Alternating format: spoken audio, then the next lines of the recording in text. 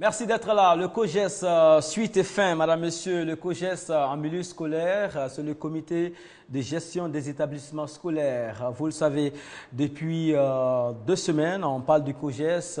Les parents d'élèves sont un peu inquiets par rapport au nombre de cotisations levées par ce comité de gestion qui est décrié dans certaines familles. Et nous avons la présence du coordonnateur national du COJES, monsieur Kwadio Kwame David. Il nous fait l'honneur d'être ici pour clarifier certaines dispositions et aussi faire montre de patte blanche ou encore de transparence dans la gestion des COJES. Il se trouve que le comité peut être victime des agissements de certaines brebis galeuses. Donc, la méfiance des parents d'élèves peut se justifier. Mais le coordonnateur national est là pour rassurer les uns et les autres de l'utilité du rôle et du fonctionnement des COJES. Madame, Monsieur, on va commencer par une série de questions ou de préoccupations des téléspectateurs. On n'a pas eu l'occasion de les avoir hier, mais ces téléspectateurs sont là. Ils vont exprimer déjà leurs inquiétudes et le coordinateur national va répondre à cette série de préoccupations et tout à l'heure, le débat pourra être lancé. À tout à l'heure. Ce que nous reprochons au COJES en ce jour, c'est que ils demandent des cotisations que les parents d'élèves payent, que nous payons, mais ce qu'ils doivent faire avec cet argent n'aboutit jamais. Et souvent, ils demandent pour réhabiliter soit des écoles ou pour clôturer, soit une école qui n'est pas clôturée. Mais tu reviens des années plus tard, tu vois que l'école est toujours telle. Mais cet argent, on ne sait pas où cet argent va. Mais aujourd'hui, l'État permet qu'il y a l'école gratuite. Les enfants vont à l'école, on ne paye pas 5 francs, d'autres même souvent des fournitures gratuitement. Mais le COJES, on ne sait pas d'où ça va. J'aimerais juste dire que la plupart des Ivoiriens, plusieurs personnes entendent parler du COJES, mais nous ne connaissons pas réellement le COJES. On ne sent pas les activités du COJES sur le terrain, on ne sait pas qu'est-ce que le COJES fait sur le terrain. Donc franchement là, même les élèves qui sont les plus concernés par rapport au COJES n'ont pas à vrai dire, ne savent rien de l'existence du COJES. Et ça c'est un fait vraiment que je reproche. Le manque de publicité même du COJES déjà dans le milieu. COJES c'est pas normal. Parce que l'État il va rien dire. L'école est gratuite. Je ne sais pas pourquoi maintenant on envoie maintenant l'école COJES, il faut payer 2000, 3000 pour pouvoir inscrire les enfants au COJES. Soit c'est gratuit ou bien soit on paye. L'année dernière, le droit d'inscription était à 3000 francs CFA. Cette année, je me suis apprêté à les mêmes 3000 pour aller la réinscrire, comme on le fait d'habitude en Côte d'Ivoire. Je vais à ma grande surprise, au lieu de 3000, on nous dit de payer 8000 francs CFA. Hormis l'inscription en ligne. J'ai dit, mais cela n'est pas normal. Et je me suis approché d'un responsable de l'établissement. Il me dit non, que c'est le président de la COJES qui a demandé cela. Ce qui m'écoeure un peu, étant parent d'élèves, nous sommes dit que le président de la COJES, nous l'avons élu, parce qu'il n'est pas nommé, nous l'avons élu pour qu'il puisse nous aider pour faciliter les paiements au sein des établissements. Monsieur Kwadio Kwame David, bonjour. Bonjour. Merci d'être avec nous sur ce plateau. Les chroniqueurs sont autour de la table. Monsieur Seydina Chérif Ahmed, bonjour Seydina. Bonjour Mohamed. Bonjour également Ismaël Diop. Bonjour. Voilà, vous êtes avec nous pour comprendre le COJES, son rôle, son utilité, son fonctionnement. Et aussi au cours de cette émission, certains partenaires seront avec nous pour parler de leurs différents événements. Alors, Monsieur Kwadio Kwame David, on va vous permettre de répondre à cette première série de préoccupations. On commence par le dernier ou on va dans l'ordre chronologique? Je pense que les parents, les téléspectateurs qui ont pris la parole ont donné des positions assez mitigées. Il y en a qui disent qu'ils ne connaissent pas le COJES, oui. On ne fait pas suffisamment de publicité. Oui, c'est pourquoi je suis là.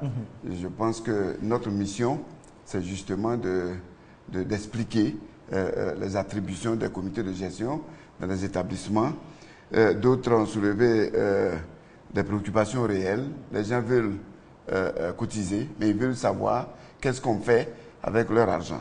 Cette réponse relève aussi de ses parents d'élèves. C'est vous, quelqu'un l'a dit, on a élu quelqu'un, on lui a donné mandat d'exécuter un programme, eh bien, c'est vous qui l'interrogez sur son bilan. C'est pourquoi, depuis le début de cette émission, je n'ai eu de cesse de dire que les parents qui ont effectivement, et si vous assistez au renouvellement de nos bureaux COJES, c'est une autre élection. Ça mobilise tellement les populations et nous comprenons difficilement qu'après avoir élu un président, qu'on ne lui demande pas des comptes. Nous comprenons nous-mêmes au niveau de la centrale que les parents soient complices d'un certain nombre de choses. C'est pourquoi nous leur donnons 2 cadres. L'Assemblée à la rentrée, qui doit être présidée par le maire, et les résolutions de cette Assemblée validées par monsieur l'inspecteur d'enseignement préscolaire ou par monsieur le DREN, en ce qui concerne, selon les différents cas, l'école primaire et le secondaire. Donc, si cette assemblée se tient avec les parents d'élèves, avec les enseignants, les élèves eux-mêmes, et qu'on décide de façon consensuelle de lever les cotisations, ça ne devrait plus faire l'objet de discussion. Les cotisations qui sont levées dans les écoles sont le fait des établissements. Ce n'est pas l'État qui leur demande. Les parents sont venus, ils constatent que malgré l'effort de l'État, il y a des choses qui manquent, nous devrons apporter notre contribution. C'est le sens de la présence des COJES dans les établissements. Donc, ce que les parents soulèvent ici, de 3 000 à 8 000, le monsieur dit, sur la base de l'année dernière, 3 000, lui, il allait encore dans l'école pour donner 3 000, on lui dit 8 000. Ça veut dire que même la tenue des AG, il n'a pas pu participer à aucune AG. Et donc, il prend les résultats de l'année dernière. Moi, je vous donne un exemple. Il y a certains COJES, parce que nous sommes tous des villages. L'année dernière, il y a eu des écoles où il n'y avait pas d'enseignants. Cette année, le ministère de l'Éducation a recruté 8 000 enseignants dans le primaire. Et donc, une école où il y a déficit d'enseignants, les préoccupations du COJES de prendre un bénévole pour remplacer en attendant qu'on trouve ces enseignants ne sont plus les mêmes préoccupations cette année. Parce qu'il y a eu 3 enseignants qui sont venus remplacer les 3 bénévoles que le COJES prenait en compte. Donc, ce que je peux dire ici à nos parents, ce qui s'est passé au cours d'une année scolaire qui vient donc de se dérouler ne peut pas être reconduit cette année. C'est pourquoi, après l'AG bilan de fin d'année, eh bien, nous préparons l'AG pour la rentrée scolaire en cours. Donc, si ces 2 éléments-là sont respectés, si les organes qui doivent donc présider ces différentes réunions sont respectés, je crois savoir qu'on devrait donc éviter un certain nombre de choses. Merci beaucoup. Madame, Monsieur, le décor est planté. On parle des COJES, son utilité, son fonctionnement. Vos préoccupations nous intéresseront et nous sommes sûrs et certains que vous allez enrichir ce plateau de vos différentes expériences. Qu'on se situe au nord, au sud, à l'est, au centre ou à l'ouest de la Côte d'Ivoire, le COJES existe un peu partout et commençait à devenir une bête noire vis-à-vis des parents d'élèves. Mais aujourd'hui, les choses commencent à être claires. On peut se donner rendez-vous de l'autre côté et le débat va commencer tout à l'heure.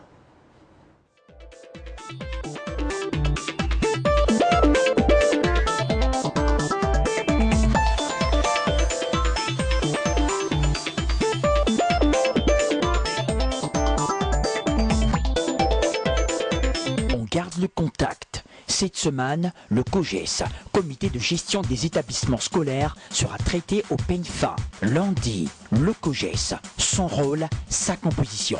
Plusieurs personnes entendent parler du COJES, mais nous ne connaissons pas réellement le COJES. On ne sent pas les activités du COJES sur le terrain. Mardi, le COJES, son fonctionnement, ses rapports avec les établissements, les élèves et les parents d'élèves. Notre mission, c'est d'encadrer les enfants, c'est de voir les difficultés des enfants, c'est être l'interprète entre les parents et les enseignants. Mercredi, promotion d'œuvres artistiques. Internet déclassera-t-il les médias classiques? Oui, aujourd'hui, moi je trouve que l'Internet a pris un grand pas sur les médias classiques. Pourquoi? Parce que aujourd'hui on découvre les grands artistes, pas forcément à la télé. Il y a eu beaucoup de révélations à partir de l'Internet. Réagissez en direct. On garde le contact sur RTI2. Vous avez enfin la parole.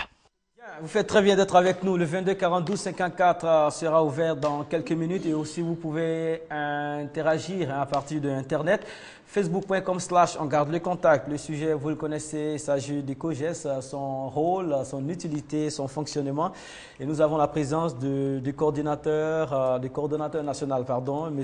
Kwadio Kwame David. Voilà. Bien avant d'ouvrir le débat, nous avons un partenaire avec nous. Il est également parent d'élèves, certainement, le révérend Général Makosso. Bonjour Makosso. Bonjour Mohamed. Voilà, on avait déjà commencé le débat, hein, mais puisque vous êtes parent d'élèves, vous êtes concerné aussi par le COJES. Bon, en fait, moi-même, sincèrement, c'est la première fois que j'entends parler. J'ai demandé à mon voisin tout à l'heure parce que mes enfants sont privés. Je ne sais pas si nous sommes aussi concernés, mais j'entends parler de 3 000, de 8 000 francs. Donc ça doit être une opération où il y a beaucoup de sous. Partout où il y a de l'argent, il faut que les éclaircies soient vraiment très pertinents. Parce que vraiment c'est une affaire de gros sous. Et lorsque j'entends parler des fonctionnaires, des enseignants qui souvent sont amenés en tant que bénévoles et pris en compte par cette organisation, je pense que c'est quelque chose d'intéressant. Mais si la communication est bien faite, les parents d'élèves seront vraiment rassurés sur beaucoup de plans. Tout dépend de la communication. Je pense que vous êtes en train de faire un grand travail pour le COJES.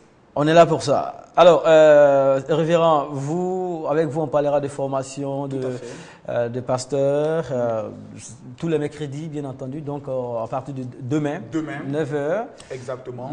Il faut dire que le mercredi dernier, nous avons eu 2 séances du grand programme intitulé On pour vaincre. Nous avons eu le programme le mercredi et le programme le vendredi, dans la mesure où nous avions reçu mon homologue, le révérend général Dieu ne dort Kandem, qui était arrivé du Cameroun pour un moment exceptionnel que nous avons vécu, un moment glorieux dans le temps dans le domaine de la parole, dans le domaine de la puissance. Et il part, mais il faudrait un homme assez capable plutôt pour élever le challenge. Parce que lorsque vous recevez un homme d'un impact et que celui qui vient après ne peut pas suivre, la tendance, ça crée automatiquement une cassure. Raison pour laquelle nous avons pris le soin de regarder sur la plateforme et l'archevêque Kassi Dazito, porte-parole national des églises protestantes évangéliques, a fait appel au bishop César Cassier, qui est un homme qui n'est plus à présenter ici en Côte d'Ivoire. C'est un homme d'impact extraordinaire avec un témoignage assez fort. Un homme qui est parti à partir de rien, qui aujourd'hui peut parler à quelqu'un, peut enseigner à quelqu'un sur comment réussir dans le ministère, aux hommes d'affaires, comment réussir dans le domaine des affaires. Aujourd'hui, c'est un homme que Dieu a immensément béni dans le domaine de l'immobilier et autres. Donc demain, il prendra le soin de venir enseigner au pasteur sur le mystère du chiffre 40. Nous constatons dans la Bible que Jésus a jeûné pendant 40 jours, que Moïse a jeûné pendant 40 jours. Pourquoi le chiffre 40, c'est demain? Et c'est un homme que Dieu utilise dans le domaine des guérisons et des délivrances. Donc l'opportunité de ceux qui traversent des moments difficiles sera donnée afin que ce temps puisse prier effectivement pour vous. Demain, mercredi, à partir de 9h, au niveau de l'église évangélique, la bénédiction, plusieurs personnes nous appellent à savoir est-ce que le séminaire est payant? Le séminaire est totalement gratuit. Nous avons dans notre cœur une soif de voir des hommes de Dieu, de voir des chrétiens être aujourd'hui bénis. Parce que nous prions un Dieu, nous avons tout abandonné souvent pour ce Dieu. Nos voisins nous regardent, tu es devenu chrétien, où est ton Dieu, qu'est-ce qui se passe? Il y a un temps pour se moquer de toi et il y a un temps aussi pour rire. Nous pensons que demain, tous ceux qui viendront à ce programme, Dieu prendra le soin d'apporter quelque chose de fort dans leur vie. C'est à l'église évangélique, la bénédiction, la salle climatisée. L'entrée est totalement gratuite, Le programme commence à partir de 9h. Nous tenons à préciser qu'il y a 2 numéros de téléphone pour pouvoir nous joindre, pour participer à ce programme qui est ouvert. C'est le 04 68 40 40. Je répète, le 04 68 40 40 et le 09 50 93 59. 09 50 93 59. Que Dieu vous bénisse. Demain, entrée gratuite, on pour vaincre avec le bishop César Cassier. Merci beaucoup, révérend. Merci. Vous êtes là régulièrement et l'on espère que ça impacte positivement sur la vie des fidèles et aussi des chrétiens. On n'oublie pas aussi la campagne d'identification des pasteurs qui permet de mettre de l'ordre dans le milieu des pasteurs. Merci beaucoup. Excellente journée. Restez avec nous côté écran. Vous allez suivre, puisque c'est aujourd'hui que vous entendez parler du COJES, vous allez en apprendre beaucoup. Les brèves, c'est tout de suite et maintenant.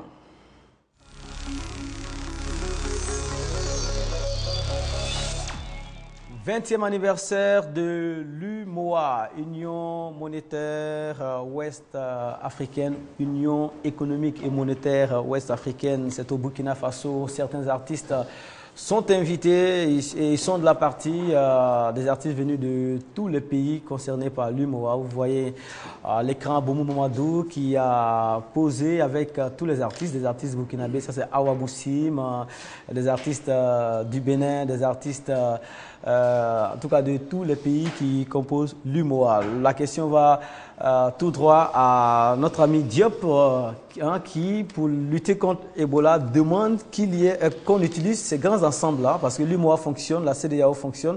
Ces grands ensembles-là, si on leur donne vie, ça pourrait nous aider à lutter contre des épidémies du genre Ebola, par exemple. L'UMOA, en fait, c'est une organisation qui va très vite. Et je pense qu'il y a plus l'implication des chefs d'État localement.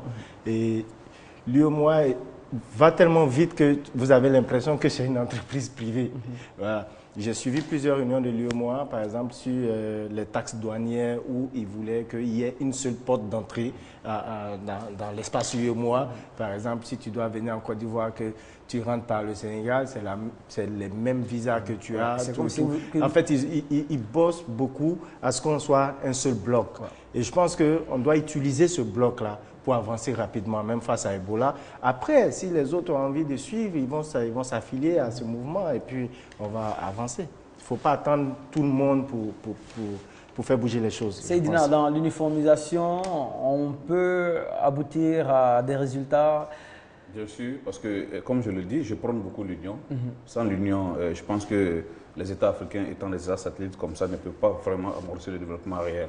Dans ce qui concerne l'UMOA, qui est Union monétaire ouest-africaine, je souhaiterais qu'ils puissent travailler pour avoir une monnaie en dehors du franc CFA, parce que c'est le franc CFA qui les unit. Ils puissent avoir une monnaie locale et pouvoir engendrer et encourager les échanges sud-sud. Je pense que ça va vraiment booster beaucoup de choses. On a la monnaie commune, c'est pas suffisant. Le CFA. Non, le CFA est étranger, ça a été créé en 1940 par la France et le CFA est battu à Chemalier en France. Je pense qu'on peut faire une monnaie ici qui peut être battue en Côte d'Ivoire ou au Burkina. Voilà. Là, nous on s'intéresse au 20e anniversaire de l'Union économique et monétaire ouest-africaine. Merci à Boumou Mamadou qui a posé avec les autres artistes invités. Là, la culture est en première ligne. On a eu besoin des artistes pour donner de l'éclat. Moi, je souhaiterais qu'en dehors qu'on appelle les artistes pour animer les cérémonies, il faut qu'on puisse se baser sur le côté culturel pour amorcer notre développement réel. Oui, mais ça a commencé là. Oui, bon, c'est en cela qu'il faut notre monnaie aussi. Il faut que notre monnaie soit culturelle. Il faut que ce soit une monnaie de chez nous. Merci Seydina Chérif Ahmed, merci d'être avec nous, madame, messieurs. On vous passe ici ce qui a été dit hier, les temps forts concernant le COGES. Téléspectateurs au téléphone, sur Internet, sur ce plateau, les uns et les autres ont donné leurs opinions, ont fait des suggestions et parfois il y a eu quelques attaques. On y va. On a l'impression que volontairement, le COGES entretient les parents dans l'ignorance, parce que l'ignorance, tout le monde sait que l'ignorance c'est la mort, et on entretient les parents dans l'ignorance pour les escroquer. C'est-à-dire que le mot, je reviens sur le mot parce que c'est de ça qu'il est question. Parce qu'on a vu même dans des secteurs où, pour la présence de COGES, il y a eu même de la bagarre entre certaines personnes. Ça veut dire qu'il y a un intérêt. Ça veut dire qu'il y a un intérêt caché quelque part.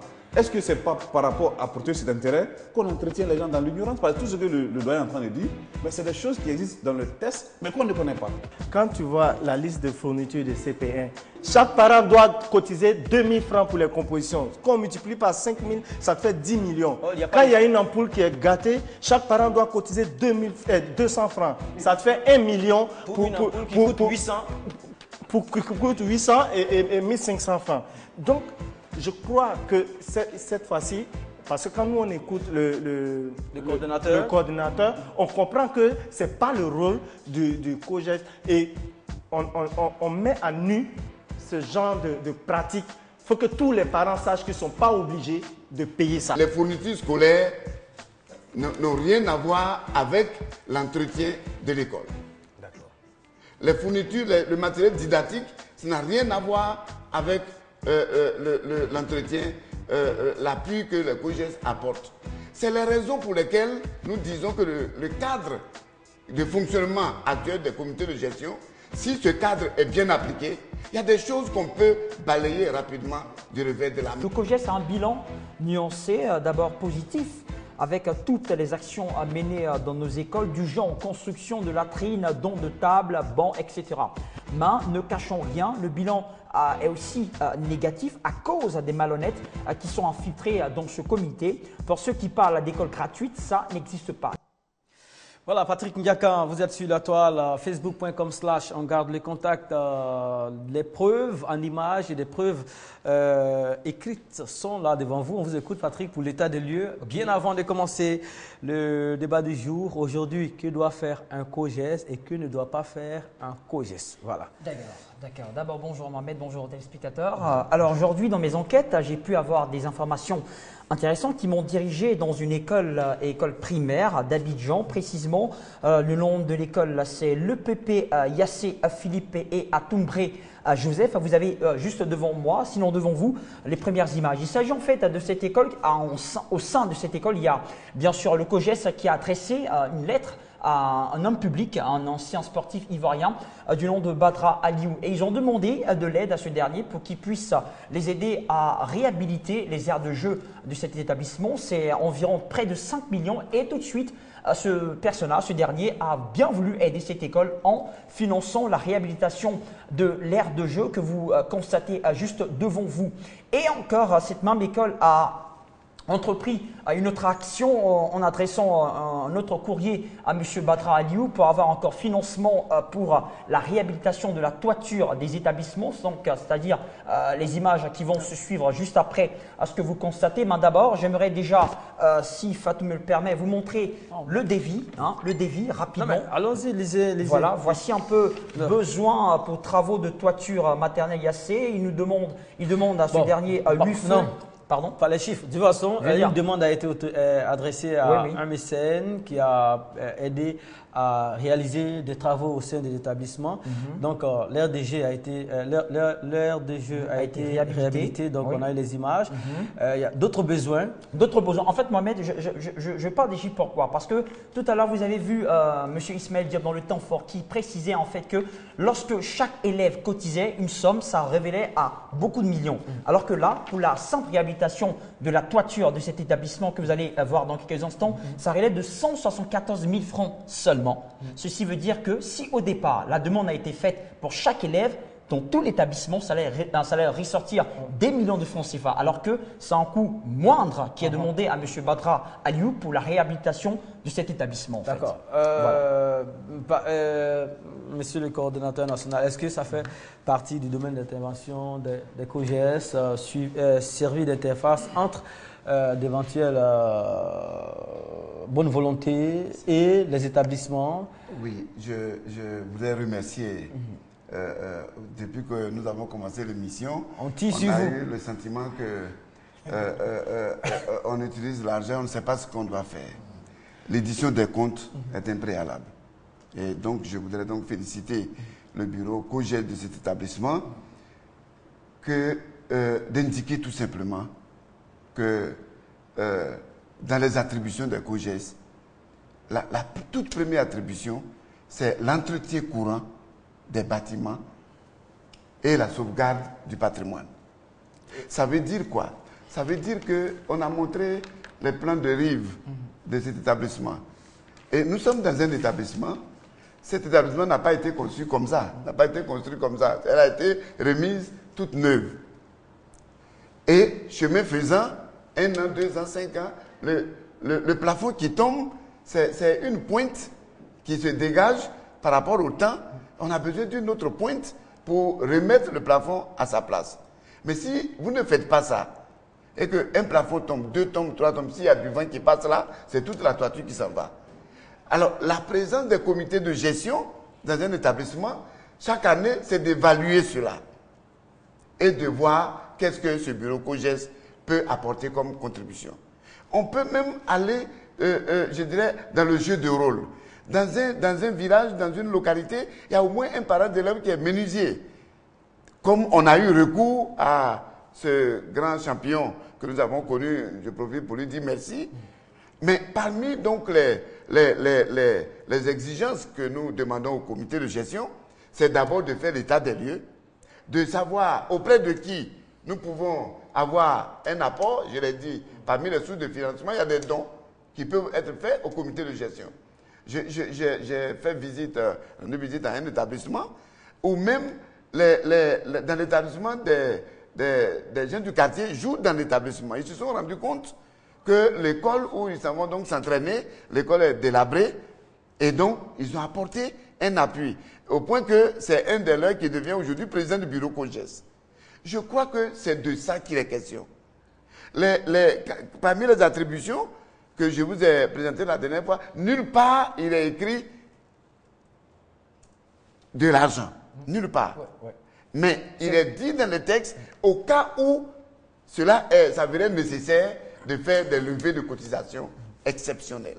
C'est à ce niveau-là qu'il y a des procédures. Mais la cotisation exceptionnelle ne peut pas donc venir de là. Ça vient tout simplement de l'Assemblée, où tout le monde est tombé d'accord sur ce qu'on doit faire. Et cela se passe au vu et au su de tout le monde. Or, les cotisations sont devenues les activités principales de certains comités de gestion. Mais il y a quelques raisons, mais qui ne justifient pas ces cotisations que nous décrions ici. Je vous l'ai indiqué la dernière fois. L'État était donc en train de voir comment on peut appuyer les comités de gestion en 2002 en subventionnant 3 000 sur les 8 000 aujourd'hui. Vous comprenez que les établissements qui n'ont pas de subvention ont recours chaque année par tacite de reconduction à des levées de cotisation pour faire fonctionner. On vous a interrompu tout à l'heure. Oui, j'avais une préoccupation quand le doyen parlait de la complicité des parents d'élèves dans ces propos-là. Non, je voulais dire que les parents d'élèves ne sont pas complices forcément des COGES.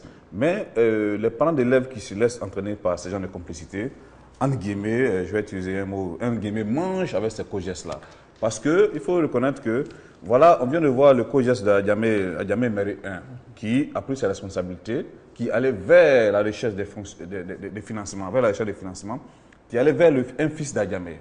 Et ce dernier, comment on appelle ça, a réagi, ce qui a épargné les parents de certaines cotisations. Nous pensons qu'en réalité, c'est comme ça que le COGES doit fonctionner en réalité. Il ne faudrait pas que ceux qui viennent au COGES se disent que non, on vient occuper des bureaux et faire cotiser aux parents de certains sont plus travailler avec. Non, je pense qu'on vient au COGES par rapport à tout ce que nous devons entendre de nous, c'est pour travailler. C'est pour travailler. Ce n'est pas pour paraisser et puis se faire de l'argent. Ce n'est pas pour créer des caisses aussi qui sont là. Alors, voilà. En clair, oui. Monsieur Kwame, pour un bon résultat, comment doit fonctionner un bon COGES alors? Bon, un bon COGES, d'abord, il faut que les parents, je vous ai dit, il y a plusieurs entités qui siègent au COGES. Il y a des enseignants, des élèves, des parents d'élèves, ainsi de suite. Les parents d'élèves qui ont désigné quelqu'un pour les représenter dans le COGES et qui puisse être le président du bureau exécutif, a le devoir de rendre compte de ses actions. Pour ce faire, il y a le cadre réglementaire qui dit vous n'allez pas remplacer le chef d'établissement, vous n'allez pas remplacer l'administration scolaire. Vous venez en appui, vous venez apporter votre aide, votre soutien. Pour ce faire, voilà comment vous devez fonctionner. La première réaction, vous êtes élu président du bureau COGES, vous allez vers les différentes entités. Quels sont vos problèmes? Quels sont les problèmes de l'école? Vous-même, vous êtes dans le quartier, vous avez des enfants, vous savez ce qu'il y a comme problème. Ces problèmes-là sont quantifiés, priorisés, et même, je dirais, budgétisé. Mais vous présentez ça à toutes ces entités sous la supervision, la présidence de monsieur le président des assemblées, qui est monsieur le maire. S'il y a un volet qui se rapporte aux constructions, aux réhabilitations et à l'équipement, mais on pose ce problème à monsieur le maire. Puisque dans le cadre de la politique du transfert des compétences, il est conféré à ses élus locaux, au nom du ministère de l'Éducation nationale, de réhabiliter, de construire et d'équiper. Voilà ce qu'il y a. Mais si vous, parents d'élèves, vous prenez sur vous, vous voyez, j'ai un plan d'action 2013-2014 où il est écrit dans un des volets, ici, clôture de l'école, 400 000 francs, d'abord 420 000. Mais déjà, il s'agit de quelle clôture? Est-ce qu'on ne peut pas faire une clôture à un vivre? Nous avons été à l'école. Est-ce qu'il y a nécessité de... Bon, on va dire non, l'école est traversée par les bœufs, ainsi de suite. Mais les populations sont dans ce village, dans cette localité, mais les populations proposeront une solution pour que la